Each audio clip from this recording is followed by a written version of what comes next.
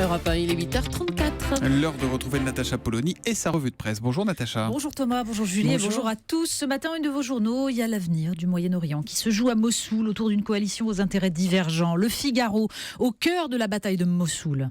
Il y a l'avenir aussi de la France qui s'abîme dans les errances de son président. Le Monde, la méthode Hollande déstabilise ses proches et le PS. Et puis il y a comme une part de l'avenir du journalisme qui se joue dans le combat de la rédaction d'ITélé. Libération avec photo de Jean-Marc Morandini, le choix du trash. On entendait la ministre de l'Éducation à l'instant. Vous nous parlez aussi, vous, de l'école. Oui, parce que le Parisien pose la question en une. Mais où sont passés les profs ? Alors que le ministère de l'Éducation nationale doit présenter ce matin un plan pour améliorer le remplacement des professeurs absents, le journal nous raconte la colère de ces parents dont les enfants perdent qui un mois de cours de maths, qui une semaine en CP. En tête, les académies de Corse et de Créteil. Mais surtout, et bien surtout, le métier n'attire pas. Le Parisien parle de cette crise des vocations qui frappe certaines disciplines. Des 665 postes budgétés par l'État est resté vacants faute de candidats au concours. 10 pages plus loin, dans la rubrique des faits divers, le Parisien raconte, on en parlait à l'instant, l'agression d'un instituteur hier à Argenteuil, alors qu'il raccompagnait sa classe après un cours de sport. Le professeur grondait une de ses élèves qui disait des gros mots et sortait du rang. Les deux hommes qui passaient par là sont sortis de leur voiture et lui ont crié « Tu lui parles pas comme ça, raciste !» avant de le frapper devant ses élèves.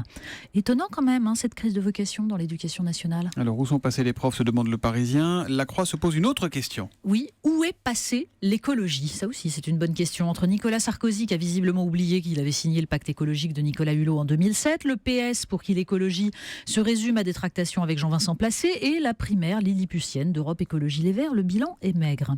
Dans son livre Confession, le journal La Croix nous le rappelle, François Hollande reconnaît d'ailleurs qu'il s'y est intéressé tardivement. « Je pensais, dit-il, que l'écologie était un sujet, mais qu'il n'y avait pas de traduction électorale. » Du coup, forcément, c'était pas sa priorité.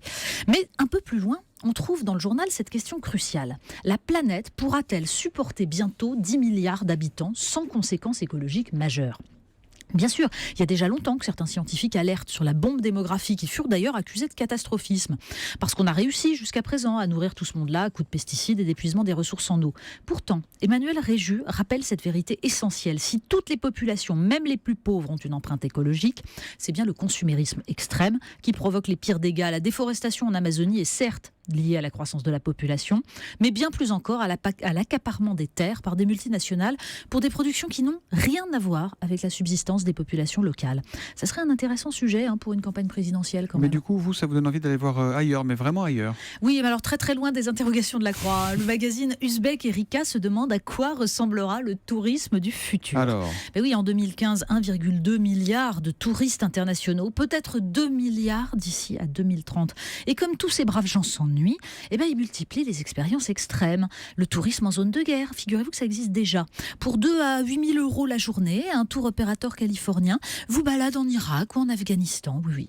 Puis heureusement, Google nous suit partout, on n'est jamais perdu. Ça, il n'y a pas de danger. Du coup, certains sont obligés de s'inventer un tourisme de déconnexion, week-end sans portable en Ardèche, promenade en Chine à dos de mule. Le monde est rétréci, il y a de moins en moins de terres sauvages. On sort de ce dossier profondément mélancolique avec l'envie de s'évader dans un roman d'aventure. On termine, on parle encore des vacances ? Oui, parce que le tourisme, ça permet de rapporter des souvenirs. Le Huffington Post publie ce sondage. 55% des Français déclarent posséder trop d'objets. Mais alors rassurez-vous, nous ne sommes pas les seuls. Le Parisien nous parle de la tradition des cadeaux lors d'une visite au Vatican. Et alors là, on plaint le pape, franchement. Alors François a déjà eu droit à un crucifix magnifique en forme de faucille et de marteau offert par Evo Morales, le président bolivien.